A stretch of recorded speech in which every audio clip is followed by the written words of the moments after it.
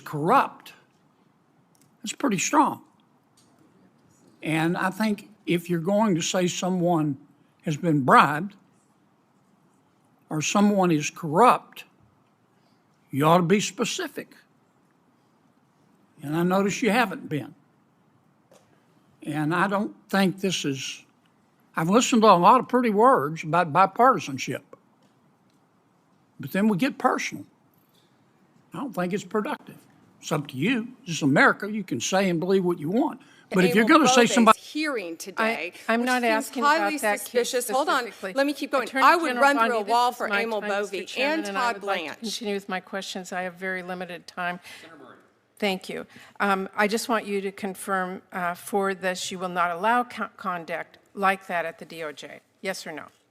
I will always support and defend Emil Bovey, and I will defend Todd Blanche. They are two of the finest people I know, and two I of was the asking ethical about the people conduct. I know. Let me keep going In here. this explosive Senate hearing, Senator John Kennedy and Pam Bondi take Patty Murray to task over decades of failed leadership and evasive answers. Watch as Kennedy's Southern grit and Bondi's legal precision dismantle the establishment narrative.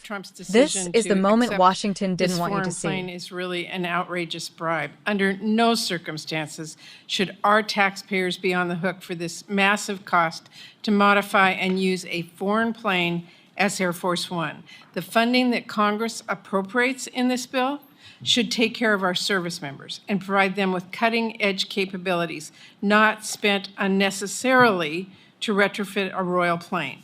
This is massively wasteful, and actually the next generation Air Force One is already in the pipeline.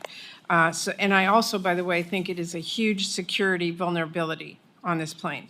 This amendment that the Senator's office offers would prevent the Department of Defense from wasting any more precious taxpayer resources on a truly corrupt and, I believe, wasteful endeavor. So I hope my colleagues vote yes. But I've sat here this morning, and I appreciate the bipartisan words. But with all due respect, Madam Vice Chair, when you say that the President of the United States has been bribed, I said potential. that's pretty strong. When you say that the director of the Office of Management and Budget is corrupt, that's pretty strong. And I think if you're going to say someone has been bribed or someone is corrupt, you ought to be specific. And I notice you haven't been. And I don't think this is, I've listened to a lot of pretty words about bipartisanship, but then we get personal. I don't think it's productive. It's up to you. This is America. You can say and believe what you want. But if you're going to say somebody's been bribed, you need to say specifically by whom, for what. If you say Russ Vogt is corrupt, I want to know what that means, with all due respect. Tremendous amount of respect for the ranking member, We're joined by the Vice Chairman of the full committee. Senator Murray is recognized. Thank you very much, Mr. Chairman. Attorney General Bondi, we are in a deeply alarming moment where law and order is being replaced by chaos and corruption and really whatever Trump wants. And your department's independence and its capacity to do its job have eroded before our eyes. We have seen respected career officials who've been fired for doing their job. Thousands more are being pushed out with your buyouts and the threat of mass firings, and entire divisions are being eliminated, and grants have been canceled illegally. So I have questions about how and why those decisions are being made, and importantly, whether you're adequately resourcing DOJ to do its job. But before I turn to my questions, I do want to raise my alarm about the troubling pattern of trampling basic rights. Detainees, including U.S. citizens, being shipped overseas without any due process. Elected officials are detained for conducting oversight, and a U.S. senator gets tackled to the ground for asking questions at a press conference. This is not the country I know or the values I believe in, and I hope that colleagues on both sides of the aisle will agree with that. Now, to the questions. Yesterday, and I know that Senator Van Hollen raised this issue, a former DOJ attorney filed a protected whistleblower complaint accusing Deputy AG Emil Bove and senior DOJ leadership of defying court orders, including through, quote, lack of candor, deliberate delay, and disinformation, unquote. The complaint also accuses this administration of firing the whistleblower for, quote, telling the truth to the court. These allegations are deeply concerning. Now, I know you said that you can't discuss the case, but can you confirm that you agree that this administration should follow court orders? We will follow court orders, Senator. The entire administration will follow court orders. The problem arises in the district courts. All Okay. these district I'm courts not throughout asking the, about the country district are courts, tying I have our limited time. hands. Can And you here's how we will follow them when we Attorney get to the General, United this is- Supreme Court. I need to ask we're you winning. a number of questions. And so, yes, I know we're you want following the filibuster, orders but of let the me court. ask my questions. Can you confirm you will not allow any conduct like what is alleged to continue at the DOJ? I'm not going to talk about anything that's alleged. What I will talk about with you, Well, hold on, you asked me a question and I get to answer it. What you asked me, alleged conduct that's part of a pending whistleblower lawsuit that was filed on the eve prior to Emil Bove's hearing today. I'm which not seems asking highly about that case suspicious. Hold on, specifically. let me keep going. Attorney I would General run through a Bondi, wall this for is my Emil time, Bove Mr. Chairman, and and I Todd would like to Blanche. continue with my questions. I have very limited time. Thank you. I just want you to confirm for this you will not allow conduct like that at the DOJ. Yes or no? I will always support and defend Emil Bove, and I will defend Todd Blanche. They are two of the finest people I know and two I of was the asking ethical about the people conduct. I know. Let me keep going here. Now, in April, DOJ abruptly terminated over 300 public safety grants that had already gone through a very rigorous and fair and apolitical application process with no explanation.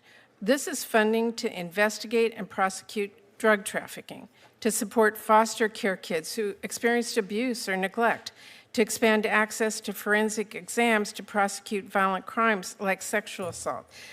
These really senseless cancellations have already forced public safety organizations to cut employees and services. So when I want to ask you, when you cut off the community-based violence intervention and prevention initiative funding, were you aware it is used to prevent and reduce violent crime?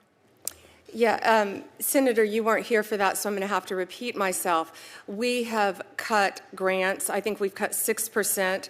But if we have cut a grant that you feel should not be cut, please reach out to me. I will personally look at it. We've turned multiple grants back on. Okay. We have an appeal process. But if you want to come to me directly, I would be happy to sit down with you and look at that and help you. I'm happy. I appreciate that. Again, we're doing everything we can. Okay, but let me just ask you, when you cut off the expanding access to sexual assault forensic examination grant, were you aware that that grant helps our authorities prosecute rape and sexual assault? I have no idea about that specific grant you're talking about. That's why I said if you want to come sit down with me, I would never cut a grant intentionally that has anything to those do. Recipients on the other end across the country. Can you give me the details of that grant? I can absolutely do that, and my staff will get that to you. But those are two critical ones that I just wanted to ask you about today. Again, we've turned many grants back on, and we'll continue to. If you want to call me, and we can discuss them with you. Okay, in your budget request, you propose consolidating the Office on Violence Against Women into the Office of Justice Programs. In 2002, Congress actually codified the office as a permanent, separate, and independent office to implement the Violence Against Women Act.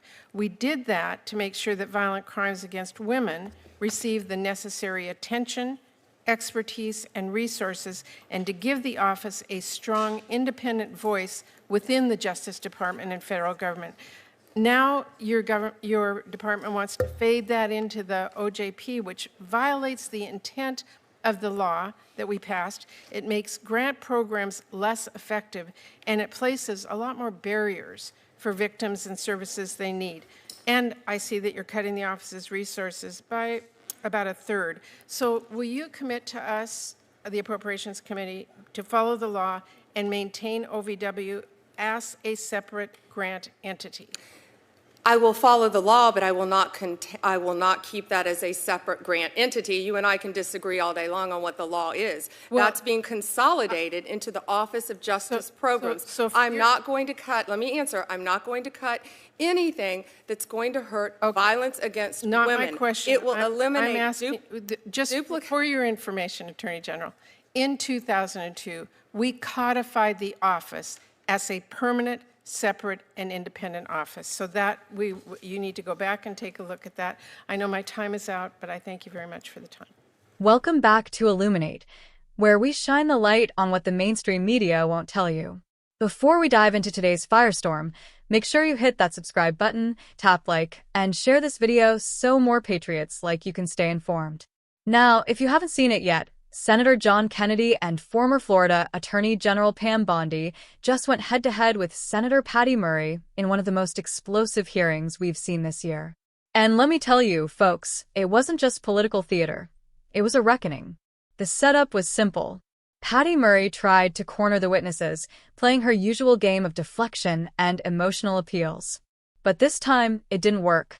Kennedy came in loaded with facts, that trademark Southern charm, and a laser focus on the truth.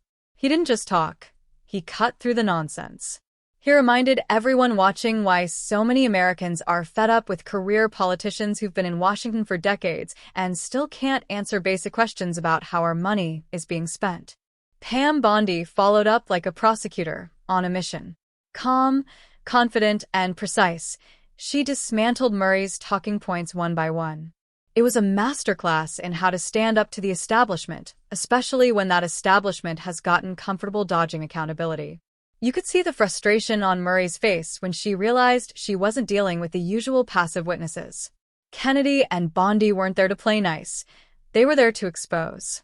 What really struck me was the moment Kennedy questioned Murray's record. He asked what progress she could actually point to after 30 years in office. And you could have heard a pin drop. That's when it hit everyone watching. These politicians have been making promises for decades, but our schools are failing, our borders are wide open, and our economy is crumbling under their so-called leadership. Kennedy said what millions of Americans are thinking: enough is enough. And let's be honest, this isn't about partisan squabbles anymore. It's about truth versus deception, accountability versus corruption. Kennedy and Bondi reminded everyone that patriotism isn't about party lines. It's about standing for what's right, defending our Constitution, and refusing to let Washington elites trample over the will of the people.